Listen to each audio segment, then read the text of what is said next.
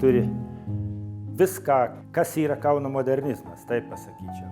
Tame pastate yra viskas viename. Tai ir yra unikalu.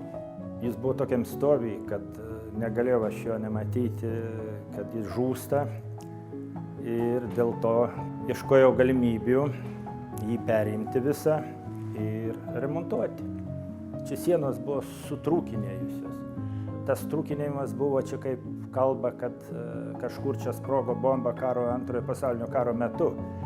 Ir tas namas nuo vibracijos netoliese. Čia jis buvo įplyšę daug kur. Tai reikėjo stiprinti, reikėjo naujom specialiom technologijom, darėm ten visokius sutvirtinimus, atstatymus to namo. Jis yra išlikęs pilnai autentiškas, koks buvo.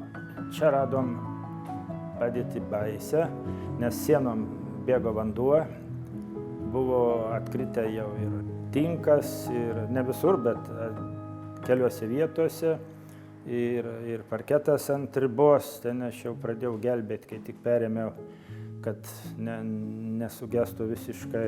Čia buvo autentikos labai daug, tik jim buvo suniokota. Aišku, visi radiatoriai, jungtukai, šildymo net ten yra atskiros detalės, kurios likusios. Viskas tas sudaro tą visumą, kuo tas objektas yra unikalus. Čia stiklas dėsis ir matysis dangus, o vakare galima bus žiūrėti žvaigždes. Taip, kaip buvo tais laikais, kada jis buvo pastatytas ir kada čia Kauno ponios sėdėdavo ir grožėdavosi vietoj kambarį dangumi. Aš visumoje myliu tą meną, tą Kauno modernizmą. Man jis imponuoja.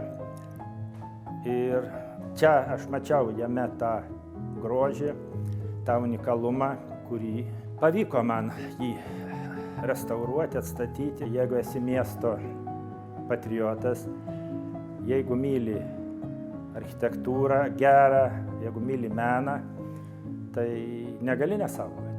Kas kitas saugos, jeigu ne mes?